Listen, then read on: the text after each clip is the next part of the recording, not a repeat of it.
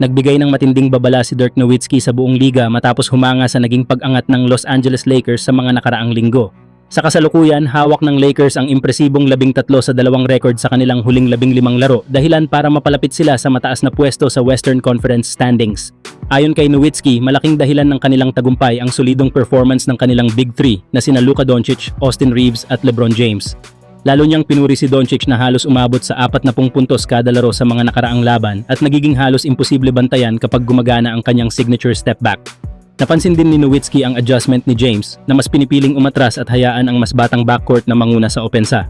Sa kabila nito, nananatili pa rin siyang mahalagang bahagi ng koponan dahil sa kanyang mataas na basketball IQ at kakayahang gumawa ng tamang desisyon sa crucial moments. Bagamat may ilang pagdududa sa kanilang depensa, naniniwala si Nowitzki na mapanganib pa rin ang Lakers sa playoffs.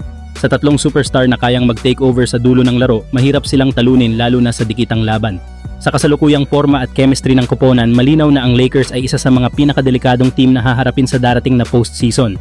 Samantala, wala masyadong pumansin pero unti-unting nasusolusyunan ng Los Angeles Lakers ang isa sa pinakamalaking problema nila ngayong season, ang kanilang center position. Sa halos buong taon, hirap ang koponan na makahanap ng consistency sa ilalim, mapadepensa man o effort sa bawat laro.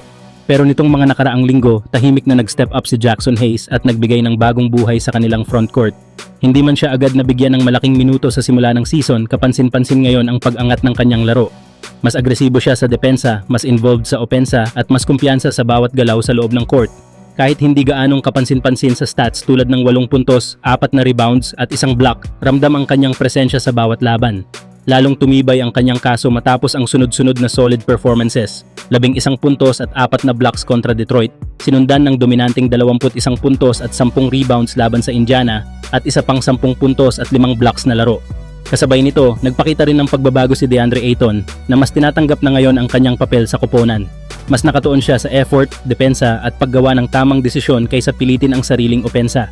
Dahil dito, biglang naging mas maayos at maaasahan ang center rotation ng Lakers, isang bagay na dating itinuturing na kanilang pinakamahinang bahagi. Simula noong Pebrero 1, may plus 11 net rating ang Lakers kapag nasa court si Hayes at nanalo sila ng 13 sa kanilang huling 15 na laro. Hindi na ito basta tsamba, ito ay malinaw na senyales ng pag-improve ng team chemistry at stability sa loob. Kung magpapatuloy ang ganitong performance, ang Lakers ay magiging mas delikadong koponan pagdating ng playoffs at ang dati nilang kahinaan ay maaaring maging isa na ngayong lakas. Samantala, posible umingay ang sitwasyon ni Kawhi Leonard dahil sa issue sa kontrata niya, lalo na kung mapatunayan ang aligasyon na may extra compensation na labas sa official deal na maaaring magresulta sa pagkansela ng kontrata ayon sa rules ng National Basketball Association. Kapag nangyari iyon, pwedeng maging free agent si Kawhi, kasabay pa ng posibilidad na maging free agent din si LeBron James sa summer at magdesisyon na lumipat ng ibang koponan.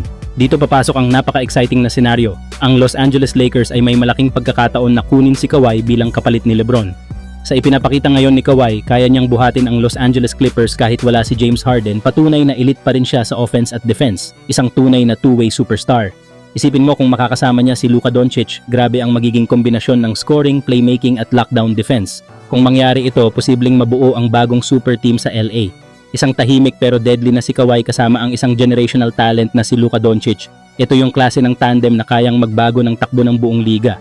At kung sakali, baka ito na ang susunod na championship window ng Lakers. Cunningham the other way, around Lopez, blocked from behind by Leonard. Energy. Yeah, just. Right, turning back the clock, getting all sorts of... Timeout Lakers! You saw the Clippers in the past kind of